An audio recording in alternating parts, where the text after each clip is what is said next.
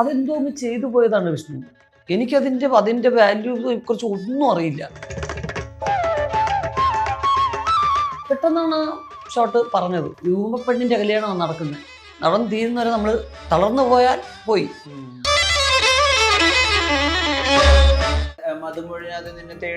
അല്ല, അതെന്റെ കണ്ണുകൾ. അത് ഏതോ സിനിമയിൽ നിന്ന് എവിടുന്ന് എടുത്ത് ഇട്ടതാ കേട്ടോ. മഹാനടികർക്ക് സുഖമാണോ? എനിക്ക് പ്രിപ്പയർ ചെയ്യുന്ന പ്രോസസ്സൊക്കെ എന്തോ എനിക്ക് അറിഞ്ഞൂടാ. എന്നെ ജഡ്ജ് ചെയ്യാൻ എനിക്കറിയില്ല. എന്നെ ജഡ്ജ് ചെയ്യാൻ എന്നെക്കാൾ നന്നായിട്ട് വിഷ്ണുവിന് അറിയാൻ പറ്റുമായിരുന്നു. എനിക്കറിയാൻ പറ്റില്ല. എൻ്റെ സിനിമ പാൻ ഇന്ത്യൻ സിനിമ, എൻ്റെ സിനിമ എൻ്റെ നാട്ടിലുള്ള ഒരു പാൻ പഞ്ചായത്ത് സിനിമ എന്ന് പറഞ്ഞു. അപ്പോൾ എന്നെ ക്രിറ്റിസൈസ് ചെയ്തു. നിങ്ങളുടെ സിനിമയ്ക്കകത്ത് ഷിപ്പില്ലല്ലോ, നിങ്ങളുടെ സിനിമയ്ക്കകത്ത് എന്താ വിമാനം ഇല്ലാത്തത്, ഫൈറ്റർ പ്ലേ. എൻ്റെ പഞ്ചായത്തിൽ അതില്ല. എൻ്റെ സിനിമയിൽ നായകന്മാരെല്ലാം നല്ലതല്ലേ ചെയ്യുന്നത്, തിന്മയ്ക്കെതിരെ പോരാടിക്കൊണ്ടിരിക്കില്ല. എന്നാൽ പിന്നെ എല്ലാവരും എന്താ അങ്ങനെ ആവാത്തെ? ശരീരഭാഷയ്ക്ക് വല്ലാതെ മാറ്റം വന്നിട്ടുണ്ട്. അതൊരു ഇൻഡീസെന്റ് ആയിട്ടുള്ള ഒരു സംഗതിയായിട്ടാണ് ഫീൽ ചെയ്യുന്നത്. വിഷ്വൽ നമ്മളെ അഫക്റ്റ് ചെയ്യും എന്നുള്ളത് സത്യമാണ്. കുറ്റപ്പെടുത്താൻ എളുപ്പം സിനിമയാണ്. വാട്സാപ്പ് വഴി ഇംഗ്ലീഷ് പഠിക്കാൻ ഇംഗ്ലീഷ് കഫേ ഉള്ളപ്പോൾ ഇംഗ്ലീഷ് ഒരു വിഷയമേ അല്ല. English cafe presents you the perfect English. English cafe, we present you the perfect English. WhatsApp now 9633388575. Urvashi എന്ന പേര് കേൾക്കുമ്പോൾ മലയാളിക്ക് ഒരു കുസൃതി നിറഞ്ഞ കുട്ടിയുടെ ഒരു ചിരി വിടരും മുഖത്ത്. അതിന് സമാനമായ ഒരു പേരുമായി ഉർവശി വീണ്ടും കളത്തിലേക്ക് ഇറങ്ങുകയാണ്. L Jagadamba 7ാം class. ആ പേരിൽ തന്നെ ഒരു ചിരിയുണ്ട്. ഉർവശിയാണ് നമ്മോടൊപ്പം ചേരുന്നത്. കൂടെ സിനിമയുടെ എഴുത്തുകാരനും സംവിധായകനുമായ ശിവാസ്. നമസ്കാരം. നമസ്കാരം. മഹാനടികർക്ക് സുഖമാണോ?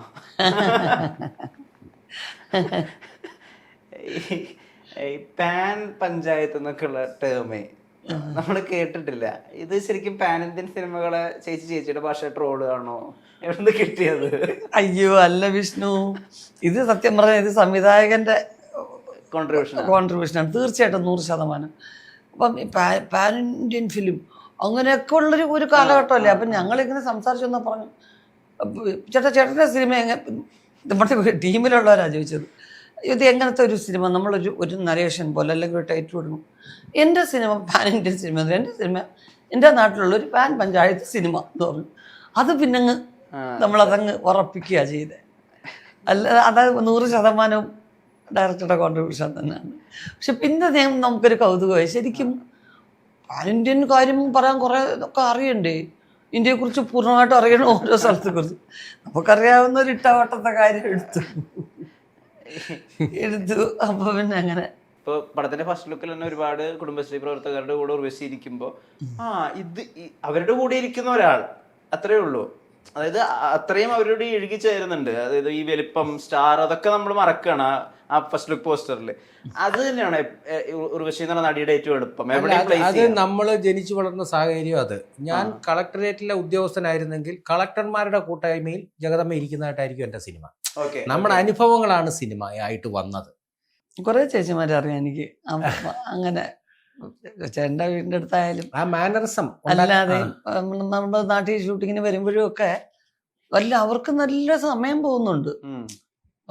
നേരത്തെ ഒന്നും അതിനുള്ള സമയം എന്ന് വെച്ച് കഴിഞ്ഞാൽ 11 മണി 11:30 ആകുമ്പോൾ നമ്മളെല്ലാം വീട്ടിൽ ആഹാരമൊക്കെ വെച്ച് കഴിയും.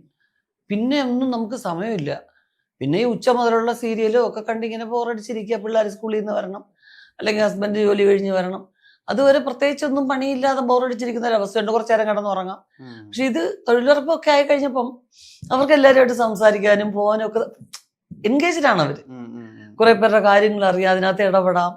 അങ്ങനെ വൈകുന്നേരം വരുമ്പം ഒന്നിച്ചിരിക്കുമ്പം പറയാൻ വിശേഷങ്ങളുണ്ട് ഇവർക്കും. അപ്പൊ അതൊരു നല്ലൊരു ഏരിയ. മാത്രമല്ല, ഇത് എത്രമാത്രം ഞാൻ പറഞ്ഞില്ലേ, ഈ വാക്ക് നവോത്ഥാനം എന്ന് പറഞ്ഞില്ലേ, നമ്മൾ ചിന്തിച്ചാൽ എൻ്റെ കണക്ക് പ്രകാരം ഒരു 45% കുടുംബ വഴക്കുകൾ ഇല്ലാതായി.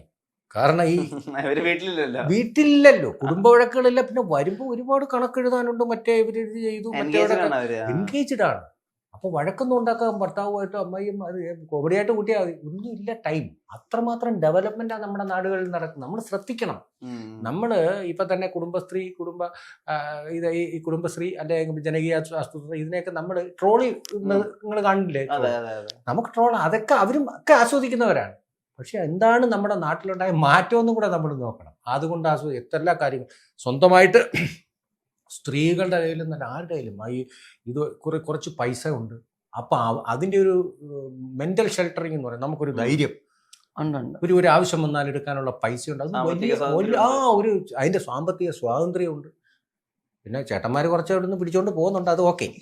എന്നാൽ പോലും നമ്മുടെ നാടിൻ്റെ മാറ്റം, ആ മാറ്റങ്ങളൊക്കെ നമുക്ക് നമ്മൾ രസകരമായി നമ്മളത് അവതരിപ്പിക്കുകയും മിക്കവാറും നിങ്ങളൊക്കെ നമ്മുടെ സിനിമയിലെ കഥാപാത്രമായിരിക്കും. ഈയിടെ ഞാൻ ഇവിടെയൊക്കെ ഉണ്ടോ എന്ന് തോന്നൽ ഉണ്ടാക്കിയാൽ ഞാൻ ജയിച്ചു. നിങ്ങൾക്ക് ആ തോന്നലുണ്ടായാൽ നമ്മൾ ജയിച്ചു. നമ്മൾ കൊച്ചു കഥയല്ലേ പറയുന്നത്. ഇപ്പോൾ ഒരു കാര്യം പറയുകയാണ്, ഇപ്പോൾ എന്നെ ക്രിട്ടിസൈസ് ചെയ്യണം, നിങ്ങളുടെ സിനിമയ്ക്കകത്ത് ഷിപ്പില്ലല്ലോ, നിങ്ങളുടെ സിനിമയ്ക്കകത്ത് എന്താ വിമാനം ഇല്ലാത്തത്, ഫൈറ്റർ പ്ലെയിൻ, എൻ്റെ പഞ്ചായത്തിൽ അതില്ല. തീർന്നല്ലേ? ഇതില്ലാത്ത പഞ്ചായത്താ. അപ്പം നിങ്ങളുടെ ക്രിറ്റിസിസം ഇങ്ങനെയൊക്കെ ചോദിച്ചാൽ അതിന് ചോദ്യമുണ്ട്. അതിനകത്ത് ഇതില്ല, വലിയ ബിൽഡിംഗ് ഇല്ല, ബിൽഡിങ്ങിൽ നിന്ന് ജഗദമ്മ എടുത്ത് താഴോട്ട് ചാടുന്നില്ല, ആരെയും ചവിട്ടുന്നില്ല, ഈ പഞ്ചായത്ത് ഉണ്ടാവും. പിന്നെ വെച്ചാൽ നമ്മൾ ആദ്യത്തെ ഒരു സംരംഭം എന്ന് പറയുമ്പോൾ അതിൻ്റെതായിട്ടുള്ള ഒരുപാട് നിങ്ങൾ ഒത്തിരി പടങ്ങൾ കണ്ടിട്ടുണ്ടാവും. അതിനകത്തു നിന്നുള്ള ഒരു ആദ്യത്തെ ഒരു സംരംഭം എന്നുള്ള നിലയ്ക്കുള്ള ചില കാര്യങ്ങൾ പോരായ്മകൾ ഉണ്ടാകാം. എന്നാലും ഒരു നമ്മൾ അങ്ങനെ പറയുന്ന ഒരു സിനിമ ആവൂല എന്നുള്ളത്. ചേച്ചി ഇപ്പൊ 13-ാം വയസ്സിലോ അങ്ങോട്ട് തുടങ്ങിയല്ലോ. ഈ അധികം അതായത് ഒരു വീട്ടിൽ താമസിച്ചിട്ടുണ്ടെങ്കിൽ കൂടുതൽ ഹോട്ടൽ മുറികളിൽ സെറ്റിൽ ആയിരിക്കും ചേച്ചി താമസിച്ചിട്ടുണ്ടാവുക ജീവിതത്തിൽ. എവിടുന്നാണ് ഈ ഇപ്പൊ പഴനിയിലെ ഒരു ആനന്ദവല്ലിയെ കണ്ടുപിടിക്കണത്, അല്ലെങ്കിൽ ഇപ്പൊ ഉള്ളൊടുക്കിലൊരു വീട്ടമ്മ ഈ കണക്കൊക്കെ എഴുതി എല്ലാ കാര്യങ്ങളും ഇത് എവിടെ നിന്ന് ഒബ്സർവ് ചെയ്യുന്നത്, എങ്ങനെയാണ് അങ്ങനത്തെ ആളുകളെ കാണുന്നത്? നിങ്ങളുടെ വേൾഡ് തന്നെ വേറെയല്ലേ? തീർച്ചയായിട്ടും വിഷ്ണു അത് ചോദിച്ചത് വളരെ കൃത്യമായിട്ടുള്ളൊരു ചോദ്യമാണ്. ഞാൻ ചെന്നൈ പോലൊരു വലിയ സിറ്റിയിലാണ് വളർന്നത്. അതിനൊക്കെയുള്ള സാധ്യതകൾ കുറവാണ്. പക്ഷേ കൂട്ടുകുടുംബമായിരുന്നു ഞങ്ങളുടെ. ഇപ്പൊ ഉള്ളൊഴുക്കിലെ ലീലാമ്മയും അതൊക്കെ തന്നെയാണ്. പക്ഷെ അതിനെ ഓർക്കാൻ എനിക്ക് താല്പര്യമില്ല. കാരണം അത് എന്നെ പേഴ്സണലായിട്ട് വല്ലാതെ ബാധിക്കും. അതുകൊണ്ട് ഞാനത് അതിനെക്കുറിച്ച് സംസാരിക്കാനേ എനിക്ക് താല്പര്യമില്ല. Thank you. അപ്പൊ ഇതൊക്കെ കാണുന്നതെന്ന് പറയാൻ നമ്മൾ ഈ ഷൂട്ടിംഗ് നടക്കുമ്പോൾ, പണ്ടൊക്കെ എവിടെ വെച്ചാൽ വീടുകളിലൊക്കെ ഷൂട്ടിംഗ് നടക്കുമ്പോൾ സ്ത്രീകളൊക്കെ വരുമ്പോൾ ഞാൻ ഒരിക്കലും അവരിൽ നിന്ന് അകന്ന് നിന്നിട്ടില്ല. അതെനിക്ക് അറിയത്തില്ലായിരുന്നു. പ്രേക്ഷകരായിട്ടുള്ളവർ വരുമ്പം ഞാൻ അവരുടെ ഇടയ്ക്ക് പോയിരിക്കും. പ്രേക്ഷകരായിട്ടുള്ളവരിൽ നിന്ന് കൂട്ടുകാരെ ഒരുപാട് കിട്ടിയിട്ടുണ്ട് എനിക്ക്. ഒരുപാട് ബന്ധുക്കളെ കിട്ടിയിട്ടുണ്ട്. ഇപ്പൊ കോഴിക്കോടൊക്കെ ഒരുപാട് ഫ്രണ്ട്സ് എന്ന് പറയുന്ന ഷൂട്ടിംഗ് കാണാൻ വന്നവരും എൻ്റെ ഫാൻസായിട്ട് വന്നവരൊക്കെ എൻ്റെ കൂട്ടുകാരാ. അപ്പൊ അവരിൽ നിന്ന് അകന്നൊരു സ്റ്റാറായിട്ട് നിൽക്കാൻ എനിക്ക് അറിയത്തില്ലായിരുന്നു. അപ്പൊ അങ്ങനെ വന്ന് നിൽക്കുന്നവർ അവരുടെ വിശേഷങ്ങൾ പറയും, നമ്മളോട് വിശേഷം ചോദിക്കും. അപ്പൊ നമ്മൾ കാര്യങ്ങളൊക്കെ പറയും. ആ ഒരു 10 ദിവസം അല്ലെങ്കിൽ ഒരാഴ്ച ഒരു വീട്ടിലെ ഷൂട്ടിംഗ് ആണെങ്കിൽ നമുക്ക് ശ്രദ്ധിക്കാൻ കുറെ പേരുണ്ടാവും. അപ്പൊ അവരെ ഞാൻ ശ്രദ്ധിക്കും. അവരുടെ രീതികൾ എന്താ, നിങ്ങളുടെ ജോലി എന്താ, അപ്പൊ അവിടെ പോയി എന്തൊക്കെ ചെയ്യണം, ഇതിന് പോയാൽ അവിടെ പോയി നിങ്ങൾ എന്തൊക്കെ ചെയ്യണം, നിങ്ങൾ ചോറ് കൊണ്ടുപോകും, എന്തായിരിക്കും നിങ്ങൾ രാവിലെ ഫുഡ് കൊണ്ടുപോകുന്നത്, ഇങ്ങനെയൊക്കെ ഞാൻ ചോദിക്കും. അങ്ങനെയുള്ള ഒരു ഒബ്സർവേഷനിൽ നിന്ന് കുറെ കാര്യങ്ങൾ കിട്ടിയിട്ടുണ്ട്. പിന്നെ 90% ഫീമെയിൽ ക്യാരക്ടേഴ്സും എൻ്റെ കുടുംബങ്ങൾക്കകത്ത്, എൻ്റെ അമ്മ വളരെ ജനകീയമായൊരു സ്ത്രീയാണ്. നല്ല വിദ്യാഭ്യാസമുണ്ട്. കൽപ്പന ചേച്ചിയുടെ 1000 കൽപ്പന ചേച്ചിയാണ്. അത്ര സെൻസ് ഓഫ് ഹ്യൂമർ ഉണ്ട്. ചിരിക്കാതെ തമാശ പറഞ്ഞു കളയുന്നു. മുക്കരനായിട്ട് ഒന്നാം തരമായിട്ട് ഹാസ്യം എഴുതും. പിന്നെ ഈ കോമഡി കഥകൾ വായിച്ച് കേൾപ്പിക്കും. വേളൂർ കൃഷ്ണൻകുട്ടിയുടെയൊക്കെ ഇത് വായിച്ച് കേട്ടിട്ടാണ് ഞങ്ങൾ കുഞ്ഞിനെ വളർന്നിട്ടുള്ളത്. അമ്മ ഉറക്കെ വായിച്ച് കേൾപ്പിക്കും. ഞങ്ങൾ ചുറ്റിനും ഇരുന്ന് ചിരിക്കും.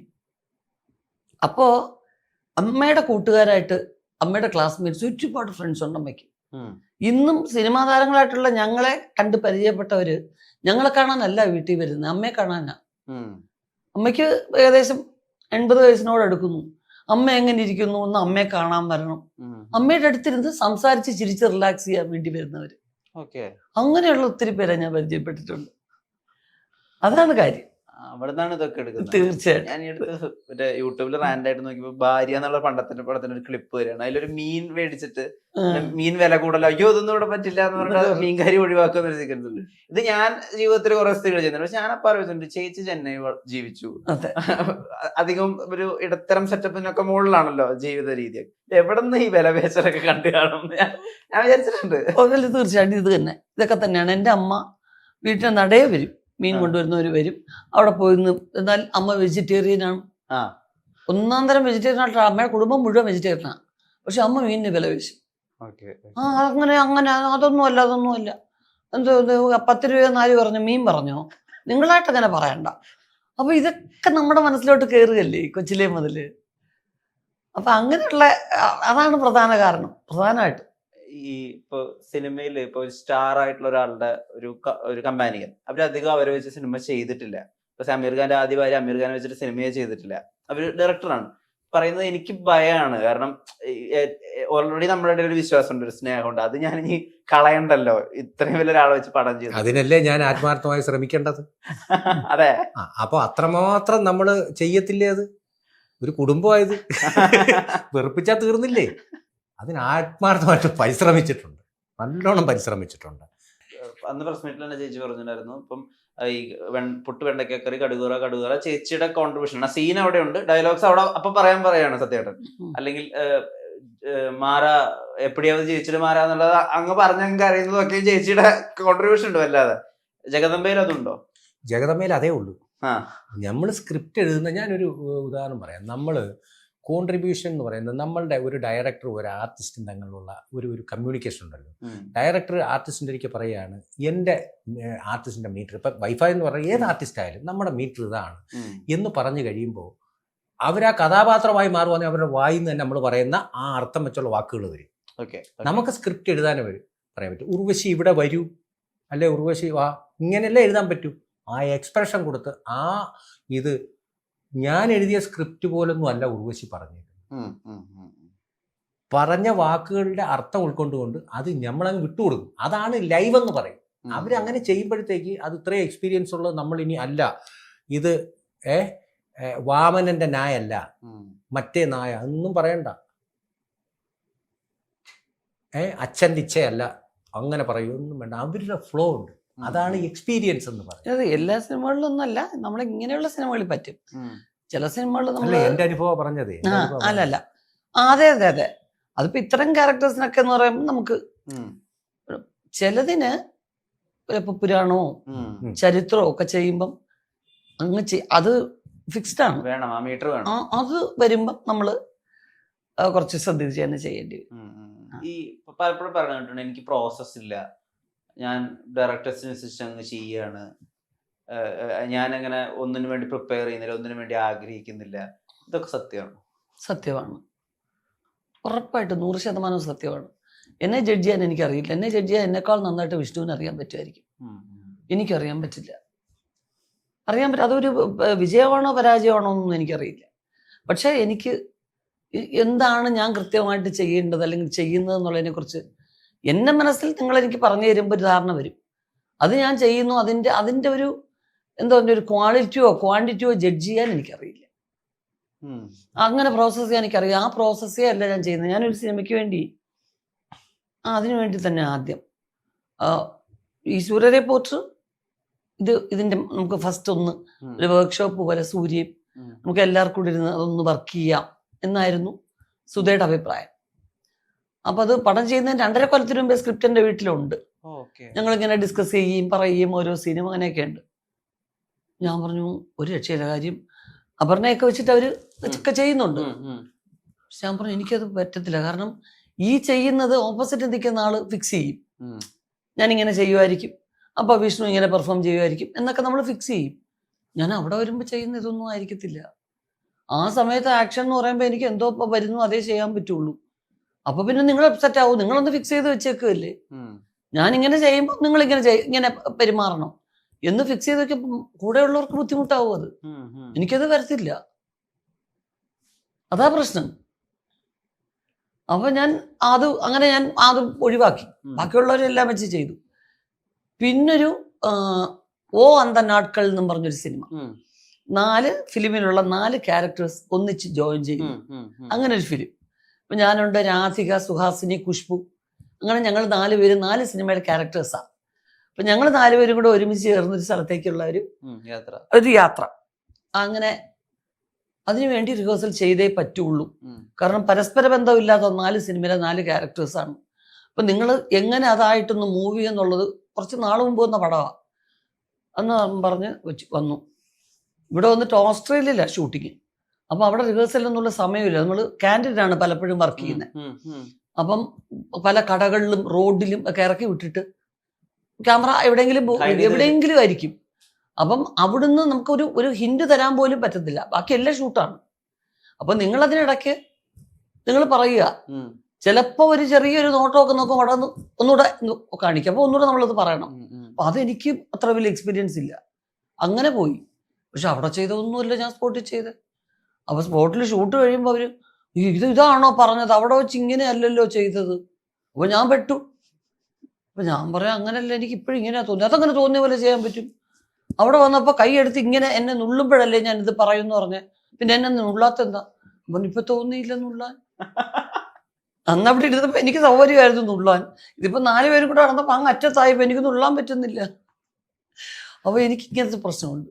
അപ്പൊ എനിക്ക് പ്രിപ്പയർ ചെയ്യുന്ന പ്രോസസ്സൊക്കെ എന്തോ എനിക്ക് അറിഞ്ഞൂടാ. ഞാനതാ ഓരോരുത്തരെ കണ്ട് അത്ഭുതപ്പെടുന്ന, ഈ ഹോംവർക്ക് ചെയ്ത് കറക്റ്റ് ആയിട്ട് നേരത്തെ പ്രിപ്പയർ ചെയ്ത് പെർഫോം ചോദിക്കുന്ന അതെ അതെ അതെ അതെ അതെ എനിക്കറിയത്തില്ല. വലിയ പാടാണ് വിഷ്ണു, അതൊക്കെ വലിയ കഴിവാന്നാ വിചാരിക്കുന്നത്. വലിയ പാടാണ്. ഈ ഹാസ്യാണല്ലോ ഡീൽ ചെയ്യുന്നത്, അങ്ങനെ പറയാൻ പറ്റത്തില്ല. അങ്ങനെ പറയാൻ പറ്റില്ല. ഹാസ്യം എന്ന് വെച്ചാൽ നമ്മളെ ഈ കോൺട്രിബ്യൂഷൻ കോമഡി എന്ന് പറയാം, അത് ഉണ്ടാവത്തില്ല, സിനിമയിലില്ല. എനിക്ക് ഇപ്പൊ ഞാൻ പറഞ്ഞ വിഷ്ണു എന്നല്ലേ പേര്, വിഷ്ണുവിൽ എനിക്ക് ചില മാനറിസങ്ങൾ കോമഡി, വിഷ്ണു സീരിയസ് ആയിട്ട് ചോദിച്ചാലും ചില മാനറിസം എനിക്ക് കോമഡി ആയിട്ടായിരിക്കും തോന്നുന്നു. നമ്മുടെ സിനിമയിൽ എന്തൊക്കെയോ ഉണ്ടോ, നമ്മൾ പറഞ്ഞില്ലേ ഇപ്പം വിഷ്ണുവിന്റെ സ്ഥലം എവിടാ? തൃശ്ശൂര്. ഇങ്ങനെ സിറ്റിയിലാണോ വെളിയിലാണോ? ഗ്രാമത്തില. അപ്പൊ തൃശ്ശൂര് നമ്മൾ ഒരു ടെൻഷനും ഇല്ലാതെ ഈ ഗ്രാമത്തിലോട്ട് ഇറങ്ങി ചെല്ലുമ്പോൾ പല കഥാപാത്രങ്ങളും ചെയ്യുന്ന സീരിയസ് ആയിരിക്കും, പക്ഷെ നമുക്ക് കോമഡി ആയിട്ട് തോന്നും. ചില മാനറിസങ്ങൾ അങ്ങനെയാണ്. ഇതെല്ലാം ഉൾപ്പെടുത്തിക്കൊണ്ട് കോമഡി, ഞാൻ പറയാം കോൺട്രിബ്യൂഷൻ കോമഡി എന്ന വാക്ക് എനിക്കത് അറിയാവുന്ന അതേ ഉള്ളൂ, വേറെ എന്തോന്ന് അറിയത്തില്ല. അങ്ങനെയില്ല. നമ്മളെ ഒരു കോമഡി കാണിക്കാൻ വേണ്ടി ഒരു കഥാപാത്രത്തെ ഇവിടെ എൻ്റെ ആ സ്ക്രീനിലേക്ക് കൊണ്ടുവരുന്നതിൽ ഇവിടെ ഉണ്ട് ആൾക്കാർ. നമ്മളെ കണ്ടെത്തിയാൽ മതി. നമ്മുടെ സംഭാഷണത്തിൽ ഒരു ദ്വയാർത്ഥം പോലും ഞങ്ങളുടെ സിനിമയിലില്ല. കുടുംബമായിട്ട് അപ്പം നമ്മൾ വിചാരിക്കുക ഇന്ന നമ്മളിപ്പോൾ ഒരു കച്ചവടക്കാരനെ കാണുന്നു, അല്ലെ ഒരു രാഷ്ട്രീയത്തിലുള്ള ആളെ കാണുന്നു, ഇവർക്കൊക്കെ ചില ഇത് സംഭാഷണ ശൈലിയും കാര്യങ്ങളും ഒക്കെ. നമ്മളിപ്പോൾ ഒരു ഉദാഹരണം പറയാണ്, വിഷ്ണു ഞാൻ കൊല്ലത്ത് പോയപ്പോൾ എന്ന് ആ കൊല്ലത്ത് പോയപ്പോൾ എന്ന് ഞാൻ വെറുതെ ചോദിക്കേണ്ട ആവശ്യമില്ല. നമുക്ക് എന്ത് പോസിറ്റീവായിട്ടും എടുക്കാം, നെഗറ്റീവായിട്ടും എടുക്കാം. അപ്പോൾ ഈ പോസിറ്റീവായിട്ടുള്ള കാര്യങ്ങൾ പോസിറ്റീവായിട്ട്, നെഗറ്റീവായിട്ടുള്ളത് കോമഡിയുടെ ഒരു ഇതാണ് പറഞ്ഞത്.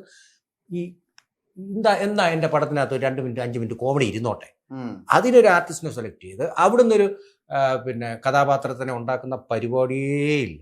ഞങ്ങൾ 10 വർഷം എന്ത് പറഞ്ഞോ അപ്ഡേറ്റ്, പക്ഷേ വിഷയങ്ങൾ മാത്രം ആനുകാലികമായിട്ട് നമ്മൾ പഞ്ചായത്തിൽ ആനുകാലിക പ്രശ്നങ്ങളെല്ലാം ഞങ്ങൾ കൈകാര്യം ചെയ്തിട്ടുണ്ട്. അതിനകത്ത് കോമഡിയാണ് കൂടുതലെന്ന് നിങ്ങൾ കണ്ടിട്ട് പറയാം. ചിരിക്കാനുള്ള അവസരങ്ങളുണ്ട്, തീർച്ചയായിട്ടും ഉണ്ടാവും ചിരിക്കാനുള്ള. പക്ഷെ നമ്മൾ അതിനായിട്ടുള്ളൊരു ശ്രമം നടത്തിയിട്ടില്ല.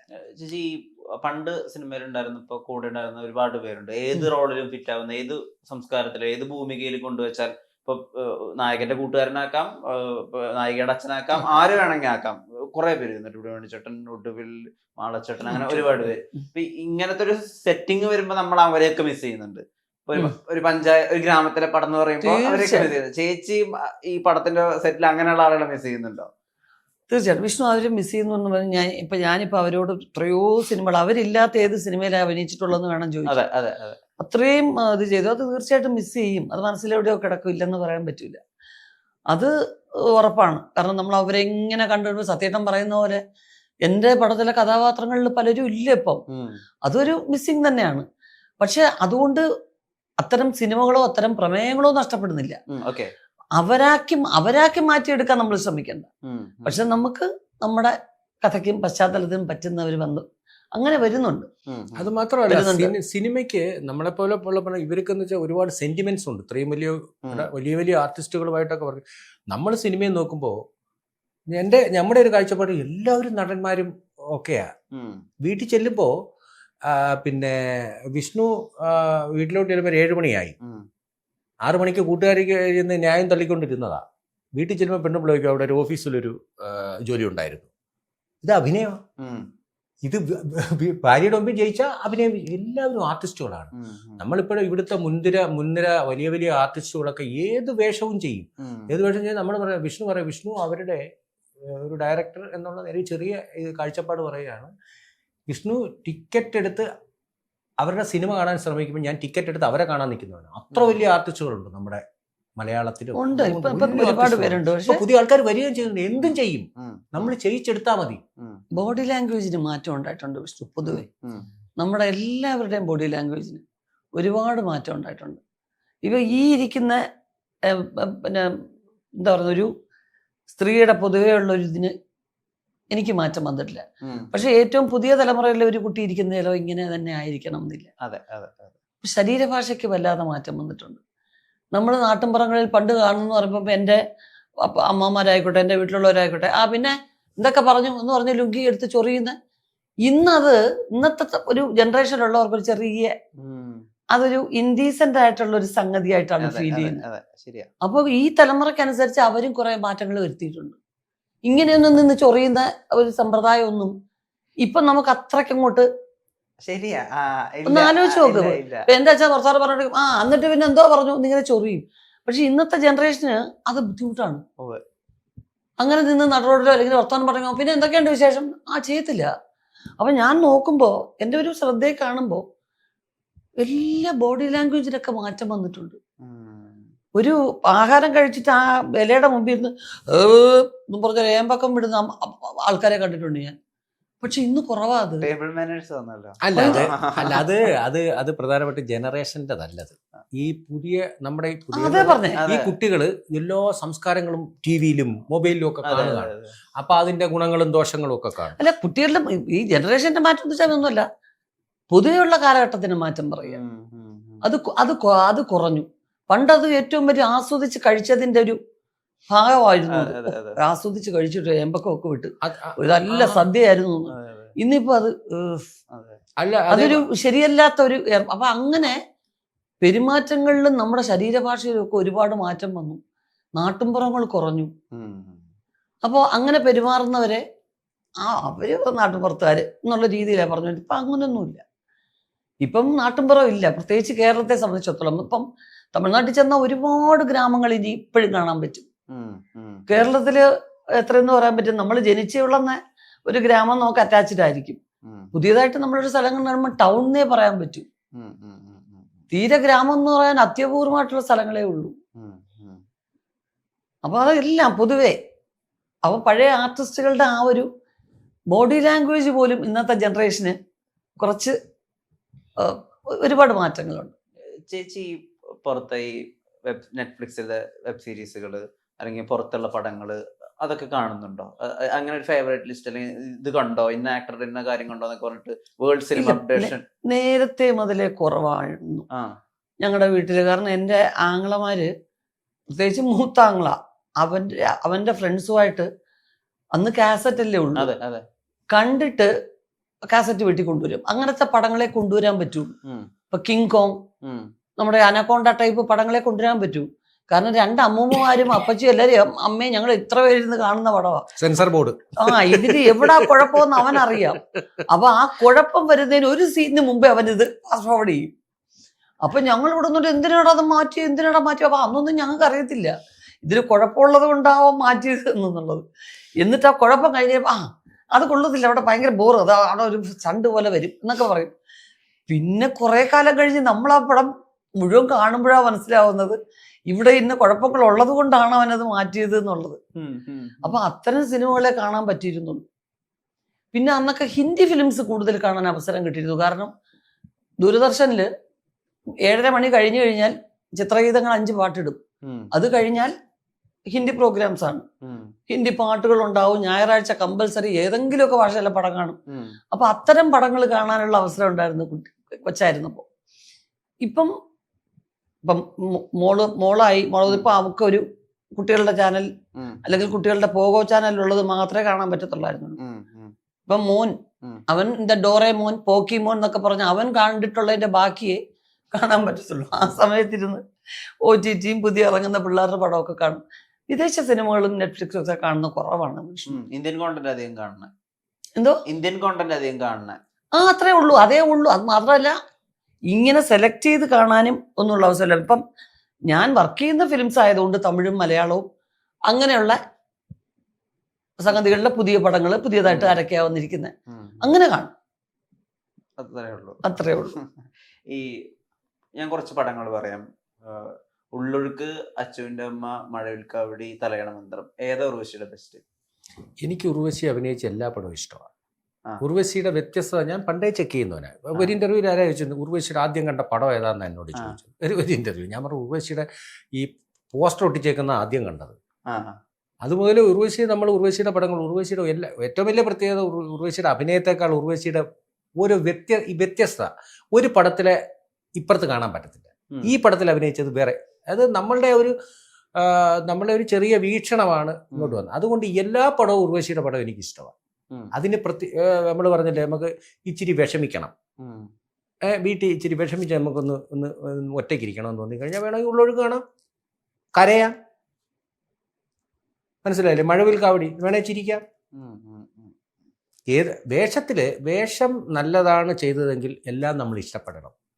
ഇതിലേത് എന്നുള്ളൊരു ചോദ്യം സിനിമയിലില്ല. കയ്യിലെ കാര്യം എന്ന് വെച്ചാൽ എൻ്റെ എനിക്ക് വ്യക്തിപരമായിട്ട് ചോദിച്ചു, ആർക്ക് ഏത് ഇഷ്ടപ്പെടണമെന്ന് അവനവൻ്റെ ഇഷ്ടമാണ്. ഓക്കെ, മനസ്സിലായില്ലേ? അപ്പം നമ്മളിപ്പം എന്ത് കാര്യത്തിലായാലും സിനിമയുടെ ഒരു അഭിപ്രായം പറയുമ്പോൾ വിഷ്ണുവും ശ്രദ്ധിക്കേണ്ടത് ഇത് എനിക്ക് ഇഷ്ടപ്പെട്ടു ഇഷ്ടപ്പെട്ടില്ല അത് പറയാം. ലോകത്തുള്ളവരെല്ലാം ഇത് വിശ്വസിച്ചോണമെന്നുമില്ല. ഒരു സിനിമയെക്കുറിച്ച് സിനിമയുടെ വിജയം നമ്മൾ കാണുന്ന നമ്മുടെ മാനസികാവസ്ഥയാണ്. വിഷ്ണു വീട്ടിൽ വഴക്കുണ്ടാക്കി വന്ന് എങ്കിൽ പിന്നെ സമയമുണ്ട് ഒരു സിനിമ ഉണ്ടാക്കി ഒരു സിനിമ വിഷ്ണുവിന് ഇഷ്ടപ്പെടത്തില്ല. മൈൻഡ് സെറ്റാണ് സിനിമ ഉണ്ടാക്കുന്നത്. പിന്നെ ഏതവസ്ഥയിലും സിനിമ നല്ലതായിട്ട് കാണുന്ന ആൾക്കാരുണ്ട്. അത് സിനിമയെ ജീവൻ കൊടുത്ത് ഇഷ്ടപ്പെടുന്ന ഒരു വലിയ വിഭാഗമുണ്ട്. അവരെക്കുറിച്ചാണ് എഴുതപ്പെടുന്നത്. 85% പേരും സിനിമയെ ഇഷ്ടപ്പെടുന്നവരാണ്. അതുകൊണ്ടാണ് വിഷ്ണു സിനിമ എന്ന് പറയുന്ന വലിയ പ്രസ്ഥാനത്തിൻ്റെ ആ ഒരു പെരുമ വിഷ്ണു ക്യാമറ എല്ലാം എടുത്തുകൊണ്ട് വന്ന് ഉർവശിയുടെ വന്നു. നമ്മുടെ ഒരു സംസ്ഥാന തല ക്രിക്കറ്റ് ഫുട്ബോൾ പ്ലെയർ അവരുടെ ഒന്നും ഇന്റർവ്യൂ ഒന്നും എല്ലാം വരത്തില്ല. മനസ്സിലായില്ലേ അതിൻ്റെ ഒരു മഹത്വം. ഈ സിനിമ എന്ന് പറയുന്നത് ആ വിഷ്ണുവിനും ഇന്നത്തെ ഒരു ദിവസത്തെ ജീവിതം ഞങ്ങളുടെയൊക്കെ കാര്യം ഇതാണ്. സിനിമ എന്ന് പറഞ്ഞാൽ മഹാപ്രസ്ഥാനമാണ്. അതിനെ ഇഷ്ടപ്പെടുന്ന ഒരു 85% പേരുണ്ട്. ബാക്കി അത് എന്ത് കിട്ടാലും ജനങ്ങൾ അത് കാണും.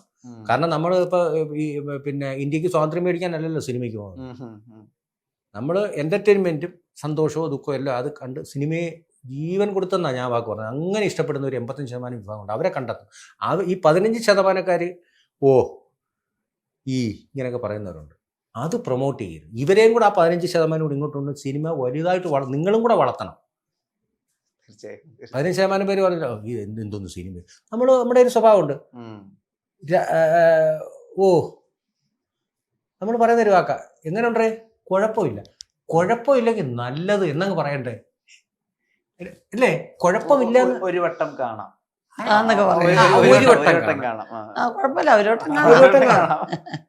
മിഷ്കിനാണ് പറഞ്ഞത് ഒരു വട്ടം കാണാം പിന്നെ കയറി അഭിനയിക്കാൻ പറ്റും. മിഷ്കിൻ അല്ല, ഇത് നമ്മളെ ഏറ്റവും വലിയൊരു ഇതാവുന്നത് എപ്പോഴാണെന്നറിയോ? നമ്മൾ പറഞ്ഞില്ല നാടകത്തിലൊക്കെ പറഞ്ഞാൽ അടിച്ചമർത്തപ്പെട്ട നമ്മുടെ ഇങ്ങനെ രക്തത്തിൽ കിടക്കുകയാണ്. ആരെങ്കിലുമൊക്കെ പ്രതികരിക്കുമ്പം കാണുന്ന രോമാഞ്ചങ്ങളും ഇതൊക്കെ നമ്മൾ ആലോചിക്കുന്നതാണ്. എന്താണ് നിങ്ങൾക്ക് ഈ ഫൈറ്റൊക്കെ ഇഷ്ടം? നമ്മൾക്ക് ഫൈറ്റ് ഇഷ്ടമായോണ്ടല്ല, നമ്മുടെ ഇന്റേണൽ ബോഡി കിടക്കുകയാണ്. പ്രതികരിക്കാൻ ശേഷിയില്ലാതെ വന്ന ഒരു തലമുറ അത് കിടക്കുകയാണ്. അപ്പൂപ്പന്മാരൊക്കെ ഉണ്ട് പലർക്കും. ആരെങ്കിലും ഒക്കെ പ്രതികരിക്കാൻ കാണുമ്പോൾ ഒരു സന്തോഷം, അല്ലാതെ ആരെ അടിക്കുന്ന നമുക്ക് ഇഷ്ടമല്ല. അത് സിനിമയെ കൊണ്ട് അത് പറ്റുന്നു. അതുകൊണ്ടാണ് പറയുക അതിനെ സിനിമയെ വേർതിരിക്കേണ്ട. വയലൻസ്, സ്നേഹം, അല്ലെങ്കിൽ ലവ് സ്റ്റോറി ഇതൊന്നുമല്ല. ഇതെല്ലാം നമ്മൾ ഇപ്പോൾ പറഞ്ഞ ഒരു ലവ് സ്റ്റോറി കാണുമ്പം സിനിമയെ ഞാൻ വീക്ഷിക്കുന്നത് ഞാൻ കോളേജിൽ പഠിക്കുമ്പോൾ നമുക്കുണ്ടായിരുന്ന ഇഷ്ടങ്ങളും കാര്യത്തിൽ അവിടെയൊക്കെ ഞാൻ കടന്നു വരും. അപ്പോഴാണ് ആ പടത്തിൻ്റെ വിജയം. വയലൻസ് ഒന്നും അടി എന്ന് പറയുന്നത് നമുക്ക് പലപ്പോഴും പലയിടത്തും പ്രതികരിക്കാൻ പറ്റിയിട്ടില്ല. കുട്ടികൾ അങ്ങനെ സിനിമ കണ്ടിട്ട് അതിലെ ഹീറോയിസം വീട്ടിൽ കാണിക്കാനും സ്കൂളിൽ കാണിക്കാനും നോക്കുന്നു. അങ്ങനെ ഒരു വാർത്തകൾ ശ്രദ്ധിച്ചിരുന്നു ആ സമയത്ത്, ചർച്ചകളൊക്കെ? ഇല്ല, നമുക്കിപ്പം കുറ്റപ്പെടുത്താനോ അല്ലെങ്കിൽ ഒരു ആരോപിക്കാനോ ഉള്ള എളുപ്പ മാർഗമായിട്ട് നമ്മളത് എടുത്തിരിക്കുന്നതേ ഉള്ളൂ. തീർച്ചയായിട്ടും അങ്ങനെ വെക്കുന്നേ ഉള്ളൂ. എന്നാ പിന്നെ സിനിമയിൽ നായകന്മാരെല്ലാം നല്ലതല്ലേ ചെയ്യുന്നേ, തിന്മയ്ക്കെതിരെ പോരാടിക്കൊണ്ടിരിക്കില്ല. എന്നാ പിന്നെ എല്ലാരും എന്താ അങ്ങനെ ആവാത്തെ? ഇത് മാത്രം വരുന്നുണ്ട്, അത് വരുന്നില്ല എന്ന് പറഞ്ഞു കഴിഞ്ഞാൽ ഇപ്പൊ വിഷ്വൽ നമ്മളെ അഫക്റ്റ് ചെയ്യും എന്നുള്ളത് സത്യമാണ്. അതിന് മാറ്റമൊന്നുമില്ല. ഇപ്പം വളരെ കൊതിയൂർന്ന തരത്തിൽ നമുക്കുള്ള ഈ ഭക്ഷണത്തിൻ്റെയൊക്കെ വിഷ്വലും ഈ പാചകം ചെയ്യുന്നതും അല്ലെങ്കിൽ അങ്ങനെയുള്ള ഫോട്ടോഗ്രാഫ്സ് ഒക്കെ കാണുമ്പോൾ അറിയാം നമുക്ക് അകത്തുള്ളൊരു വിശപ്പ് ഉണ്ടാക്കിയെടുക്കാൻ വേണ്ടിയുള്ളൊരു ക്രേവിങ് വരും. അപ്പം വിഷ്വൽ നമ്മളെ തീർച്ചയായിട്ടും എഫക്റ്റ് ചെയ്യും. അപ്പം ഇന്നിപ്പം നമ്മൾ ഒരു പത്രം എടുത്ത് നോക്കിയാൽ അതിൻ്റെ ഫ്രണ്ട് പേജിലെ വാർത്ത വായിക്കുമ്പോൾ രാവിലെ ഇളയരാജ സാർ ഒരിക്കൽ എന്നോട് പറഞ്ഞു, ഞങ്ങളൊരു വിമാനയാത്രക്കിടയിൽ എന്തോ ഒരു ന്യൂസിനെ കുറിച്ച് ഞാൻ ചോദിച്ചു സാറിൻ്റെ അടുത്ത്. സാർ ആ ന്യൂസ് കണ്ടു, ഞാൻ വായിക്കാറില്ല.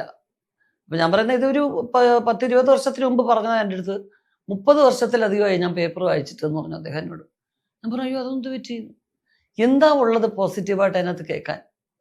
ഫ്രണ്ട് പേജിൽ ഏറ്റവും ദുരന്തങ്ങളല്ലേ എഴുതത്തുള്ളൂ.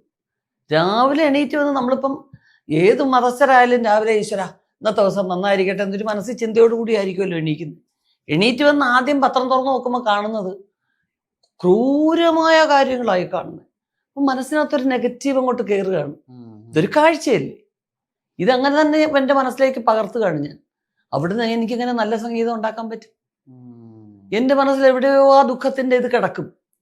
അപ്പം ഞാനത് അവഗണന മാത്രമേ എനിക്ക് ചെയ്യാൻ പറ്റുന്നൊരു കാര്യമുള്ളൂ.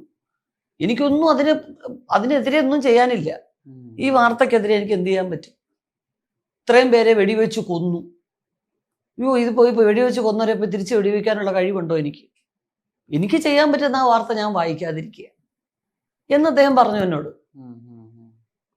അപ്പോൾ എന്ന് പറഞ്ഞതുപോലെ കാഴ്ചകൾ നമ്മളെ ബാധിക്കുന്നുണ്ട്, നമ്മൾ കേൾക്കുന്ന ചെയ്തികളും നമ്മളെ ബാധിക്കുന്നുണ്ട്. പക്ഷെ ഇത് രണ്ടും ഉണ്ടല്ലോ സിനിമയിൽ.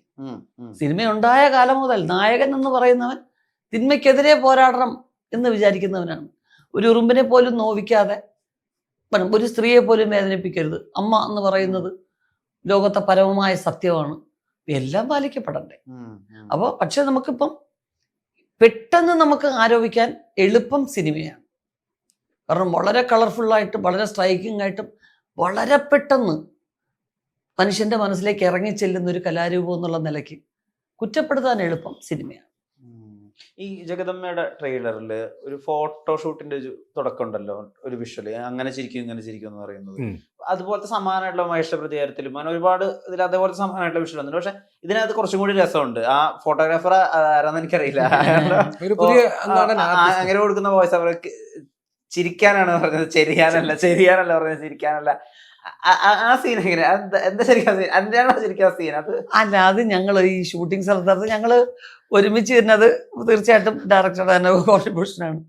ചില സ്ഥലങ്ങളിൽ ഈ എന്താ പറയുന്നത്, അഭിനയിക്കാൻ ഒരുപാട് നല്ല സമ്പത്തുള്ളവർക്കും അഭിനയിക്കാൻ താല്പര്യമുള്ള ഒത്തിരി പേരുണ്ട്. പക്ഷെ അവർക്ക് അറിയത്തില്ല, അഭിനയിക്കാൻ അറിയത്തില്ല. പരാജയമായിരിക്കും അഭിനയത്തിൽ പരാജയമല്ല, അവരുടെ എല്ലാം അഭിനയമുണ്ട്. പക്ഷെ അവർക്ക് അതിന്റെ മീറ്റർ ഇപ്പൊ പറഞ്ഞില്ലേ, ഈ ക്യാമറ കൊണ്ട് ഇപ്പം ആക്ഷൻ എന്ന് പറഞ്ഞു കഴിഞ്ഞാൽ ഉർവശി അവര് പ്രൊഫഷണലാണ്. ഞാനാന്നേ തരി പറക്കും. മറ്റേ പിന്നെ മറ്റേ ഇന്നസെന്റ് ഏട്ടൻ ചെയ്ത് കണ്ടില്ലേ, അരി പറക്കി അന്ന് പറയുന്നത് പോലെ ഇവർ നല്ല കോമഡി അത് കാണാൻ. ക്യാമറമാൻ ഡയറക്ടർ പറയും ചിലപ്പോൾ ഒരു ഫോട്ടോ എടുത്തുകൊണ്ടോ ഒന്ന് സൈഡൊക്കെ, അത് നമ്മളതിലൊക്കെ കോമഡി കണ്ടെത്തുന്നു. ഇതൊരു വലിയ സംഭവമല്ല, ഈ സിനിമയ്ക്കകത്തുള്ളതാ ഉള്ളൊരു സംഗതിയാണെന്ന് പറഞ്ഞാൽ അങ്ങനെ ഒരുപാട് പേരെ നമ്മൾ ഒബ്സർവ് ചെയ്തിട്ടുണ്ട്. നമുക്ക് വിഷമം തോന്നും പല സ്ഥലങ്ങളിലും. ഇപ്പൊ പിന്നെ എളുപ്പമുണ്ട്. പണ്ട് ഫിലിം ഓടുന്ന അറിയാൻ പറ്റും, ക്യാമറ ഓടുന്ന ശബ്ദം കേൾക്കും, അപ്പൊ പറ്റിക്കാൻ പറ്റത്തില്ല. ഇപ്പൊ പിന്നെ ശബ്ദമൊന്നും ഇല്ലല്ലോ, വെറുതെ വെച്ചേക്കല്ലേ. അപ്പൊ ഇത് എടുക്കുവാണോ ഇല്ലയോ എന്ന് പോലും അറിയത്തില്ല. എടുക്കുവാണെന്ന് വിചാരിച്ച് വെറുതെ ചിലരെ അഭിനയിപ്പിക്കും. കാരണം ഒരു ആഗ്രഹം തീർന്നോട്ടെ, കാരണം വെറുതെ നിവർത്തിയില്ല. അപ്പൊ അങ്ങനെയൊക്കെയുള്ള സന്ദർഭങ്ങൾ നമ്മൾ ശ്രദ്ധിച്ചിട്ടുണ്ട്. അപ്പൊ അത് ഇതിന്റെ ഒരു ചെറിയ പോർഷനിൽ നമ്മൾ അഡോപ്റ്റ് ചെയ്തു. ട്രിവാൻഡ്രം സ്ലാങ് കുറച്ചായല്ലോ ഉപയോഗിച്ചിട്ട്? ട്രിവാൻഡ്രം സ്ലാങ് ഞാൻ വളരെ അപൂർവമായിട്ട് ഞാൻ ഉപയോഗിച്ചിട്ടില്ല എന്ന് തോന്നുന്നു വിഷ്ണു. മറ്റേ മധുരേന്ദ്രയിലേക്കുള്ളത് ട്രിവാൻഡ്രം സ്ലാങ് അല്ലല്ല,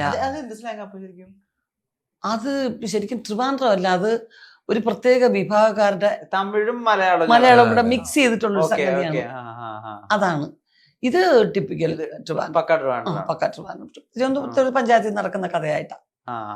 ത്രൂ ഔട്ട് ഒരു ട്രിവാൻഡ്രം സ്ലാങ് പടം ഞാൻ ചെയ്തിട്ടില്ല ഇല്ല. ശരിയാ, മിനിച്ചേച്ചി ചെയ്തിട്ടുണ്ട്, കൽപ്പന ചേച്ചി ചെയ്തിട്ടുണ്ട്. പിന്നെ പഞ്ചായത്ത് സെക്രട്ടറി ആയിട്ടുണ്ട്, പഞ്ചായത്ത് പ്രസിഡന്റ് അല്ല, MLA ആയിട്ടല്ലേ ഇതില് എന്നും എപ്പോഴും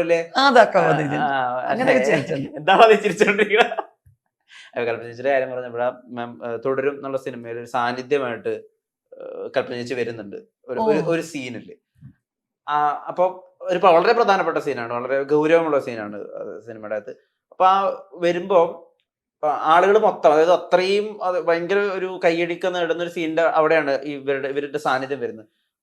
തിയേറ്റർ ഫുൾ സൈലന്റ് ആവുകയാണ്. അതിനുശേഷം ഒരു 3 സെക്കൻഡ് കയ്യടിയുണ്ട്. തുടരും വരുന്നുണ്ടെന്ന്. കൽപ്പന ചേച്ചി ഉണ്ടോ അതിനകത്ത്? അത്രയും മുമ്പാണോ ഷൂട്ട് ചെയ്തത്? അല്ലല്ല, ഇത് CG ചെയ്തു? അല്ല ഒരു ഫോട്ടോ ആയിട്ട് വരുന്നുണ്ട്. പ്രത്യേക സീക്വൻസിൽ വരുന്നുണ്ടായിരിക്കും. ഭയങ്കര വലിയ സംഭവം. കാരണം നമ്മളും എല്ലാവരും അപ്പൊ റിയലൈസ് ചെയ്യുന്ന വെച്ചാൽ നമ്മൾ എത്രമാത്രം റെസ്പെക്റ്റോ അല്ലെങ്കിൽ നമ്മൾ എത്രമാത്രം അവരെ മിസ് ചെയ്യുന്നു, അല്ലെങ്കിൽ അവർക്ക് എത്രയൊക്കെയോ നമ്മൾ ഇനി കൊടുക്കേണ്ടിയിരുന്നു എന്ന് തോന്നിപ്പോയി ശരിക്കും.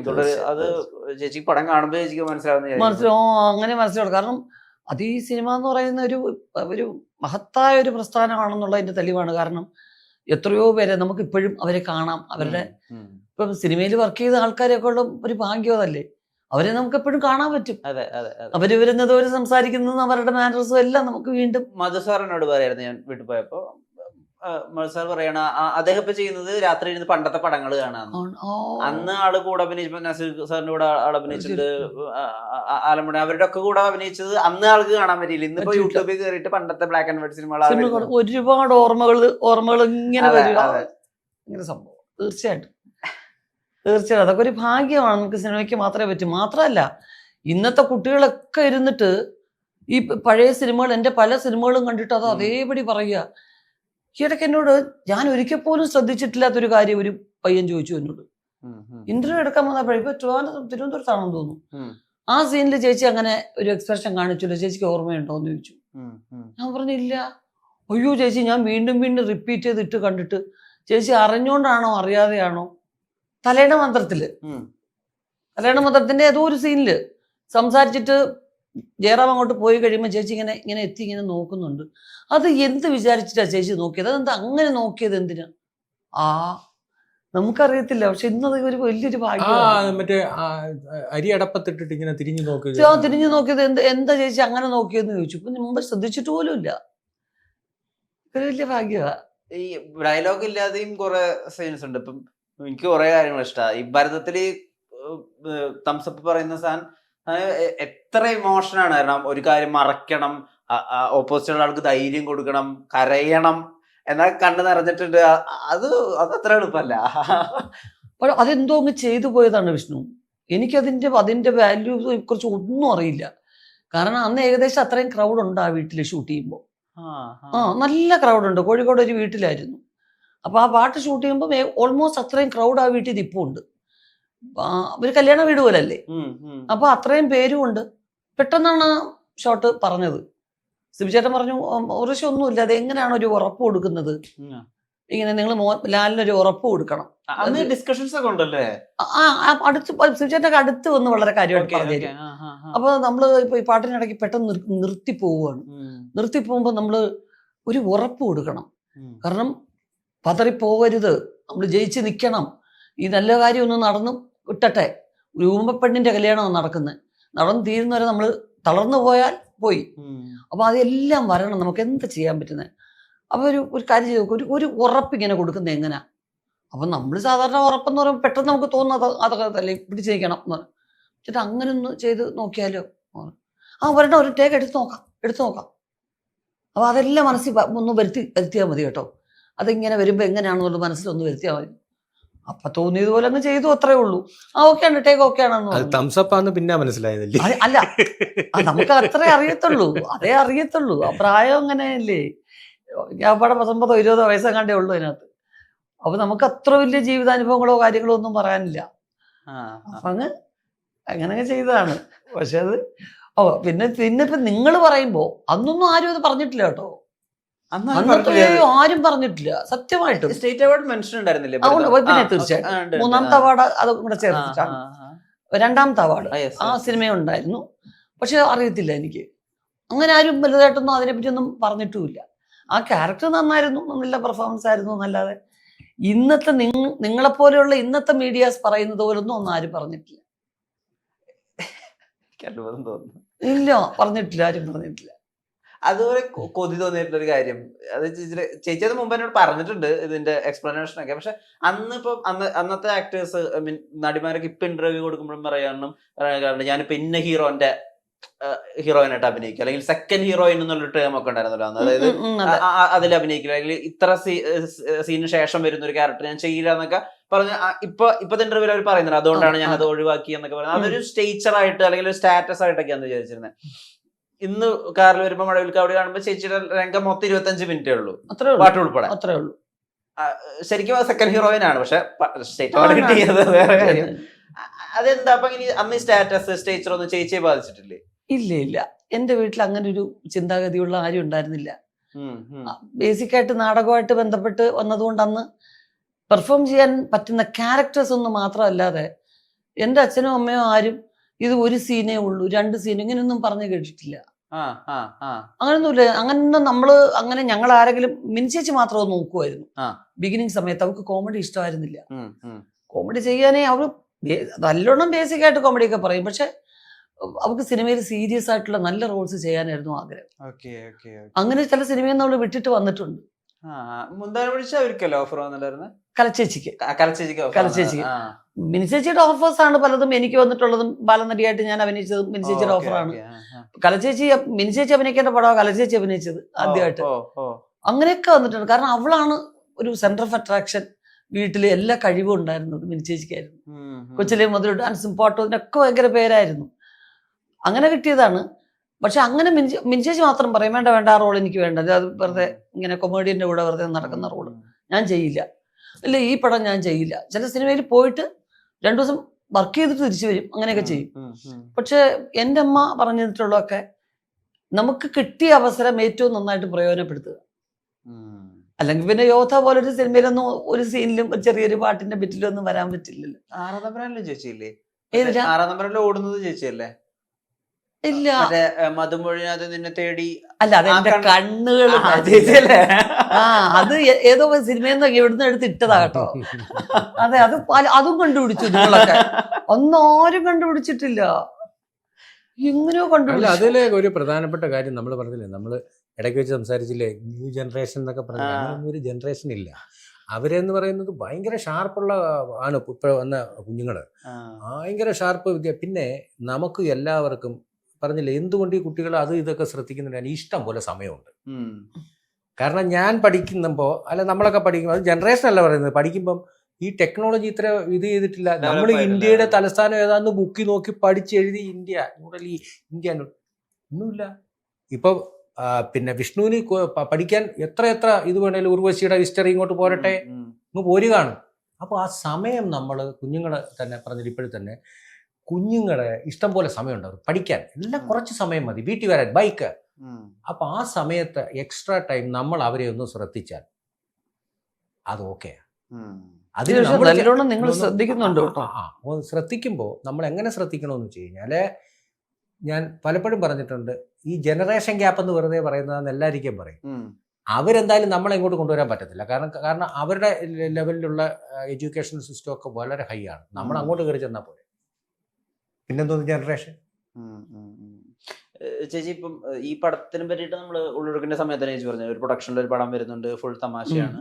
ഇപ്പം തമിഴില് ചേച്ചിക്ക് ഒരു വലിയ ഓഡിയൻസ് ഉണ്ടല്ലോ അപ്പുറത്ത് കോമഡി ചെയ്യുന്നത്. ഇപ്പം മൈക്കിൾ മാതൃ കാമരാജൻ തൊട്ട് ശിവമനസ്സുക്കൾ ശക്തി തൊട്ട് അവിടെ അങ്ങ് എടുക്കുക ഒരു ഏരിയ അൺഎക്സ്പ്ലോർഡ് ആയിട്ട്. അപ്പം അവിടേക്ക് ഒരു തമിഴ് പടം, തമിഴില് ഒരു ഉർവശിയുടെ ഒരു പടം, അങ്ങനെ പ്ലാൻസ് ഉണ്ടോ? അങ്ങനെയായിരുന്നു വിഷ്ണു ഇത് ഉദ്ദേശിച്ചിരുന്നേ. ഓക്കെ, ഒരു 10-12 വർഷങ്ങൾക്ക് മുമ്പ് ഞങ്ങൾ അങ്ങനെ വിചാരിച്ച ഇത് നമ്മൾ ഓപ്പൺ ചെയ്തത്.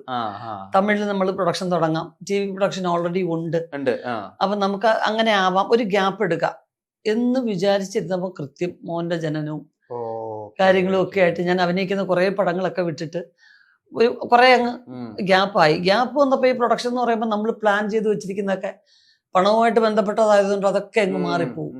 പോസ്റ്റ്പോൺ ചെയ്ത് അങ്ങ് പോവുമായിരുന്നു. പിന്നെ നോക്കിയപ്പം തമിഴില് പഞ്ചായത്ത് എന്ന് പറയുന്നതിന് പിന്നെ ആ വാക്ക് ഉപയോഗിക്കുന്നത് തന്നെ അയ്യോ എന്താ அவங்க 2 പേർക്കും പെരിയ പഞ്ചായത്ത് എന്ന് പറഞ്ഞാൽ എന്തോ ഒരു വഴക്കുണ്ടായി. അത് നമ്മൾ തീർക്കാൻ പോയതിന് ആ പഞ്ചായത്ത് എന്ന് പറയുന്നത് മധ്യസ്ഥം വഹിക്കുക. വിഷ്ണു ആരുമായിട്ടോ വഴക്കുണ്ടായി, ഞാൻ വന്നത് ശരിയാക്കി വിട്ടു. അപ്പൊ ഇങ്ങനെ ഉപയോഗിക്കുമായിരുന്നു. അപ്പോൾ നമുക്ക് കൂടുതലും മനസ്സിലാക്കാൻ പറ്റുന്നത് മനസ്സിലായെന്ന് പറയുമ്പോൾ ചേട്ടൻ പറഞ്ഞു ഇല്ല, ഒരു കൃത്യമായിട്ടുള്ള ഒരു കാര്യങ്ങൾ പഞ്ചായത്തിൽ നടക്കുന്ന കാര്യങ്ങൾ അറിയാവുന്ന ഒരു ഏരിയ നമ്മൾ ചെയ്യുന്നതല്ലേ നല്ലത്. അങ്ങനെ നമ്മുടെ ഫ്രണ്ട്സും ഫാമിലി ഫ്രണ്ട്സും ഇതൊക്കെ അറിയാവുന്ന കഥ അറിയാവുന്ന കുറെ പേരൊക്കെ മലയാളത്തിൽ ചെയ്യാം. ഈ ആണുങ്ങളെയും ചേച്ചി രസകരമായിട്ട് ട്രോളിയിട്ടുണ്ട്, അല്ലെങ്കിൽ ഒരു എതിർപ്പ് പോയിട്ട് അറിയിച്ചിട്ടുണ്ട്. ഇപ്പം മറ്റേ ഉർവശി നല്ല പാട്ടുണ്ടാവുന്നതിന്റെ പിന്നിലത്തെ കാര്യം പോലും നമുക്കറിയാം. വാര്യയുടെ അടുത്ത് ഇങ്ങനെ സ്ത്രീകൾ എഴുതുന്നത് ശരിയല്ല എന്ന് അവിടെ ഒരു എതിർപ്പ് പറഞ്ഞിട്ടുണ്ട്. അല്ലെങ്കിൽ പിടക്കോഴി 1 നൂറ്റാണ്ടിലെ ആണുങ്ങളെ ഒരുപാട് ശാസിക്കുന്ന പെമ്പിള്ളേരെയും ട്രോൾ ചെയ്തിട്ടുണ്ട് അതിനകത്ത് എഴുത്തില്.